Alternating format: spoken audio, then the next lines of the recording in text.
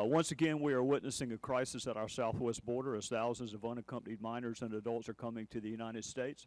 In 2014, we witnessed a massive wave of illegal immigration when over 68,000 unaccompanied minors and an equal number of family units crossed our southwest border.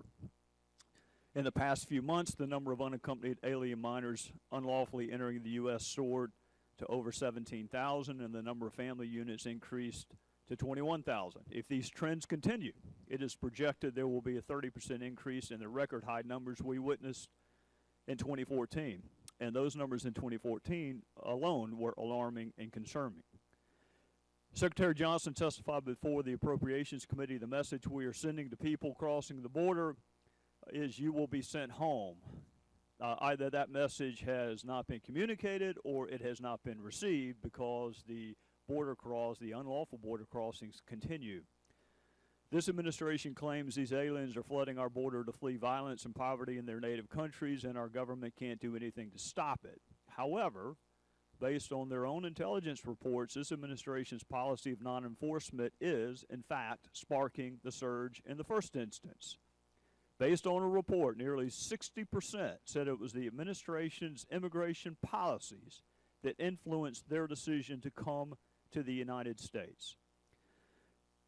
These are the same reasons provided by aliens who entered in 2014, and the vast majority of these aliens remain in the country today. In other words, no adequate steps have been taken to halt the surge or discourage aliens from attempting to enter the United States.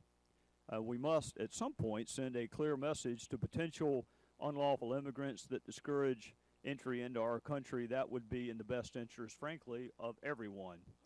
Border Patrol agents are currently prevented from initiating removal proceedings against aliens who are unlawfully present simply because there is not enough detention space to hold them.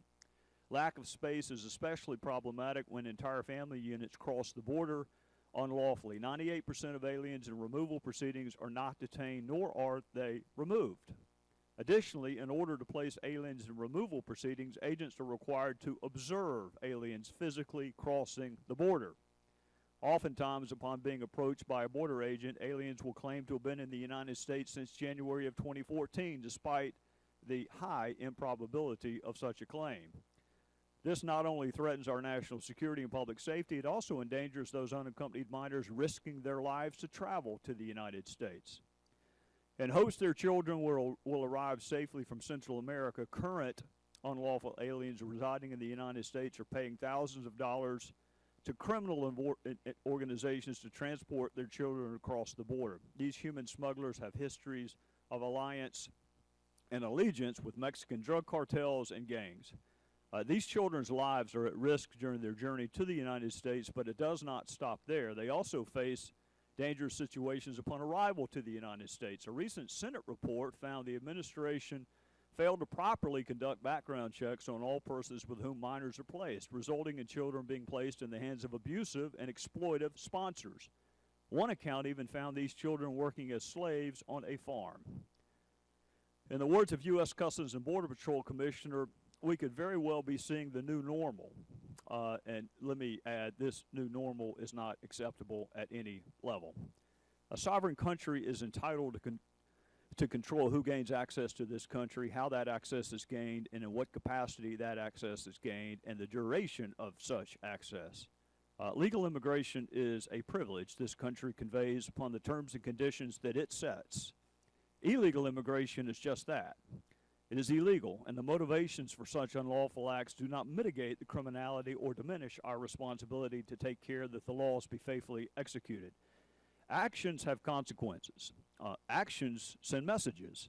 Inaction has consequences as well. And the message seems to be, if you can get here, no matter the method, you can stay. And that is wrong for everyone involved, and most significantly, the fellow citizens we take an oath to serve.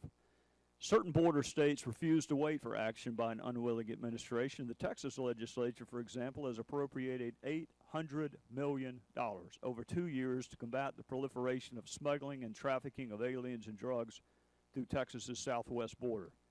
So I look forward to hearing from our witnesses from Texas to expand on that state's efforts to handle the surge.